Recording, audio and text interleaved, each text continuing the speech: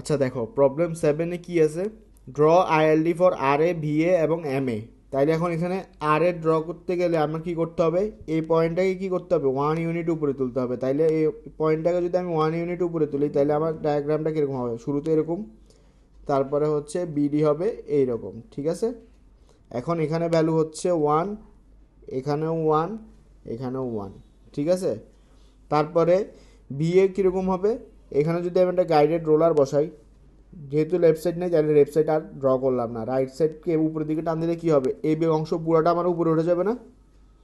A B অংশ পুরোটা হচ্ছে আমার উপরে উঠে যাবে, ঠিক আছে? আর বিডি হবে এইরকম, ঠিক আছে? এখানেও 1, এখানেও 1, এখানেও 1, ঠিক আছে?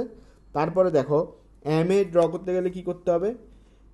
এতে আমার একটা ইন্টারনাল হিঞ্জ চিন্তা করতে হবে। তারপরে আমি রাইট সাইডকে রোটেট করব এইভাবে। এখন রাইট সাইডকে এইভাবে রোটেট করা মানে কি?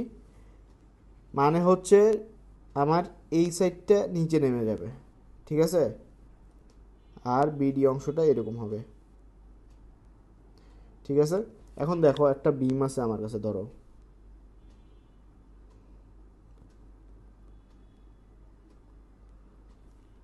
আর এইখানে আমার একটা ইন্টারনাল হিঞ্জ আছে। এখন লেফট সাইডে এই ডাইরেকশানে রোটেশন দিলাম 1 ইউনিট, ঠিক আছে? এখন 1 ইউনিট রোটেশন দেওয়া মানে কি? রোটেশন দেওয়া মানে হচ্ছে আমি ধরো হাত দিয়ে এই জায়গাটা আমি ধরলাম, ঠিক আছে? ধরার পরে আমি হচ্ছে এই পয়েন্টটাকে উপরে তোলার চেষ্টা করব। এটা ধরো আমার হাত, বাম হাত। বাম হাত দিয়ে আমি কি করব? এ ধরো ডি পয়েন্ট, ডি পয়েন্টকে আমি উপরে তোলার চেষ্টা করব।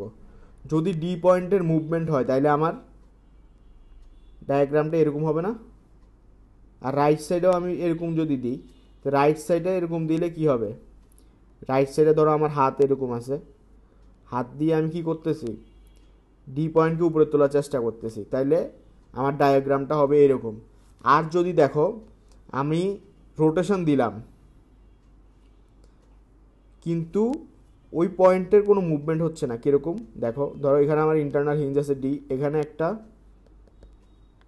ধরো আমার কি ফিক্স সাপোর্ট আছে। এখন আমি এদিকে রোটেশন দিলাম, রাইট লেফট সাইডে রোটেশন দিলাম এইভাবে, রাইট সাইডে রোটেশন দিলাম এইভাবে, ঠিক আছে? এখন ডি পয়েন্ট হচ্ছে এই ফিক্স সাপোর্টের সাথে কানেক্টেড, তাইলে ডি পয়েন্ট কি উপরে উঠতে পারবে? ডি পয়েন্টটা, ডি পয়েন্টের তো উপরে উঠতে পারবে না, তাই না? ধরো আমার যেহেতু এটা, এটা ডি, এটা ধরো আমার এ, তাহলে এ ডি লড়তে পারবে না। তার মানে আমি রাইট সাইডে হাত দিয়ে ডি পয়েন্টকে উপরে তোলার চেষ্টা করে কোনো লাভ নেই, ঠিক আছে? কিন্তু লেফট সাইড যেহেতু এখানে একটা ইন্টারনাল হিঞ্জ চিন্তা করতেছি, তার মানে লেফট সাইডে আমি বাম হাত দিয়ে যদি ডি পয়েন্টকে উপরে তোলার চেষ্টা করি, ডি পয়েন্ট উপরে উঠবে না, কিন্তু আমার ধরো বি ডি অংশটা হচ্ছে তখন নিচে নেমে যাবে, ঠিক আছে? বুঝতে পারছো জিনিসটা? তাইলে আমি কিভাবে রোটেশনটা দিই এটা আশা করি বুঝবা আর কি।